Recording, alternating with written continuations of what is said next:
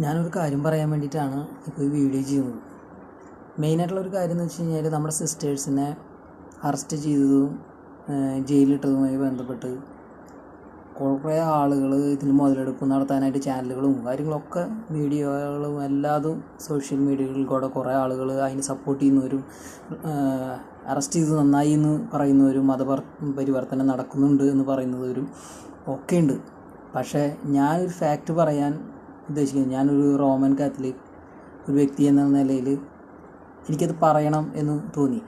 നമ്മളുടെ സിസ്റ്റേഴ്സ് എന്ന് പറഞ്ഞാൽ റോമൻ കാത്തലിക് വിഭാഗത്തിൽപ്പെട്ട ക്രിസ്ത്യൻ ഇതിൽപ്പെട്ട നമ്മുടെ സിസ്റ്റേഴ്സ് അവർ സ്തുത്യർഹമായ സേവനം അനുഷ്ഠിക്കുന്ന വ്യക്തികളാണ്.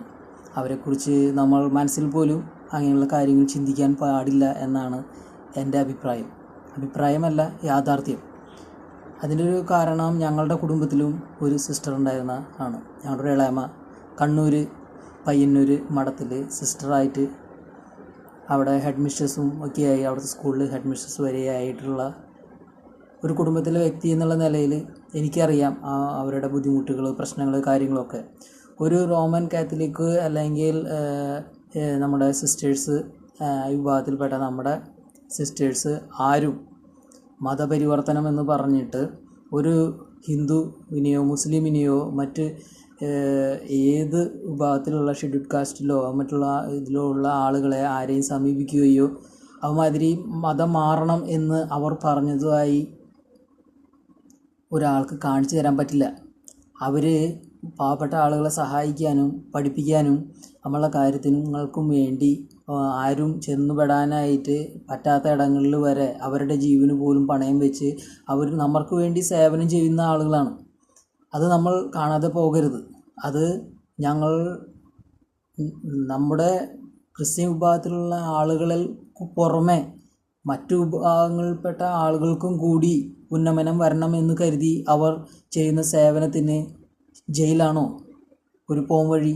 അതാണോ ഒരു നമ്മുടെ രാജ്യത്തിൻ്റെ ഒരു അഭിമാനമായി നമ്മൾ ഉയർത്തിപ്പിടിക്കേണ്ടത്? ഒരിക്കലുമല്ല. നമ്മളെല്ലാവരും ഈ യാഥാർത്ഥ്യം മനസ്സിലാക്കണം. സത്യസന്ധമായി വിഷയങ്ങളെ മനസ്സിലാക്കാനും അതിനെ നേരിടാനും നമ്മൾ പഠിക്കും. അല്ലെങ്കിൽ ഈ വർഗീയ ചിന്ത കൊണ്ട് നടക്കുന്ന കുറേ വിഭാഗം ആളുകളുണ്ട് നമ്മുടെ നാട്ടിൽ, ഇല്ല എന്ന് നമുക്ക് പറയാൻ പറ്റില്ല.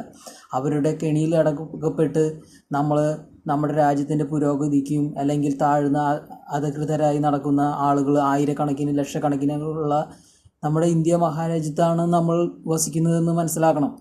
അവരുടെ വിദ്യാഭ്യാസത്തിനും അവരുടെ ശാക്തീകരണത്തിനുമായി ബന്ധപ്പെട്ട് രാവും പകലുമില്ലാതെ ഒരു കുടുംബമില്ലാതെ മറ്റുള്ളവർക്ക് വേണ്ടി സേവനം ചെയ്യുന്ന സിസ്റ്റേഴ്സിനെ കുറിച്ച് ഒരിക്കലും അങ്ങനെ പറയരുത്. അറിയാത്ത കാര്യങ്ങൾ പറയാതിരിക്കുക. അറിയുന്ന കാര്യങ്ങൾ തെളിവ് സഹിതം നിങ്ങൾ റിപ്പോർട്ട് ചെയ്യൂ. അതാണ് മാന്യത. ഇതാണ് എനിക്ക് പറയാനുള്ളത്.